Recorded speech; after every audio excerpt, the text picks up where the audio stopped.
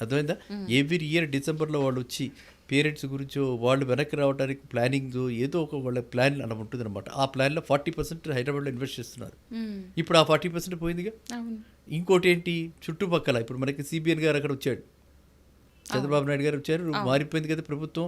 కొంతమంది అక్కడ వాళ్ళు అక్కడి నుంచి ఇక్కడికి వచ్చినటువంటి బిల్డర్స్, డెవలపర్స్ వీళ్ళు అక్కడికి వెళ్ళిపోయారు. కొత్త పెట్టుబడులు ఇక్కడ రావట్లే. ఇన్ని ఉన్నాయి. ఇవి అన్నిటికీ తోడు ఇక్కడ ఉన్న వాళ్ళు ఇలా బోర్డులు తిప్పేయటం చాలా బాధాకరంగా ఉంది. నిన్న ఒక company, infra company, Kritika infra, అతను శ్రీకాంత్ ఏదో ఉంది అతని పేరు, వాళ్ళ మిగతా వాళ్ళు కలిసి 3 చోట్ల ఉన్నాయని చెప్పి 100 కోట్లకి వాళ్ళు బోర్డు తిప్పేశారు. 100 కోట్లు మోసపోయారు. ఇన్వెస్టర్స్ 100 కోట్లు మోసపోయారు.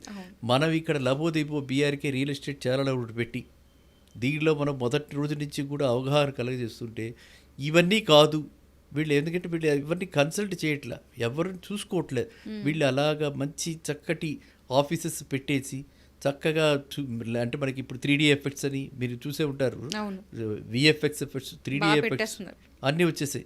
అవి కూడా రియల్ ఎస్టేట్లోకి వచ్చేసాయి.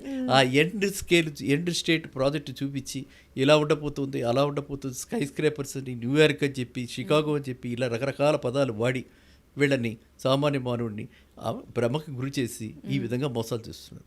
దీనికి మరి ఎక్కడ ఆగుతుంది? గవర్నమెంట్ ఏ చర్య తీసుకుంటుంది?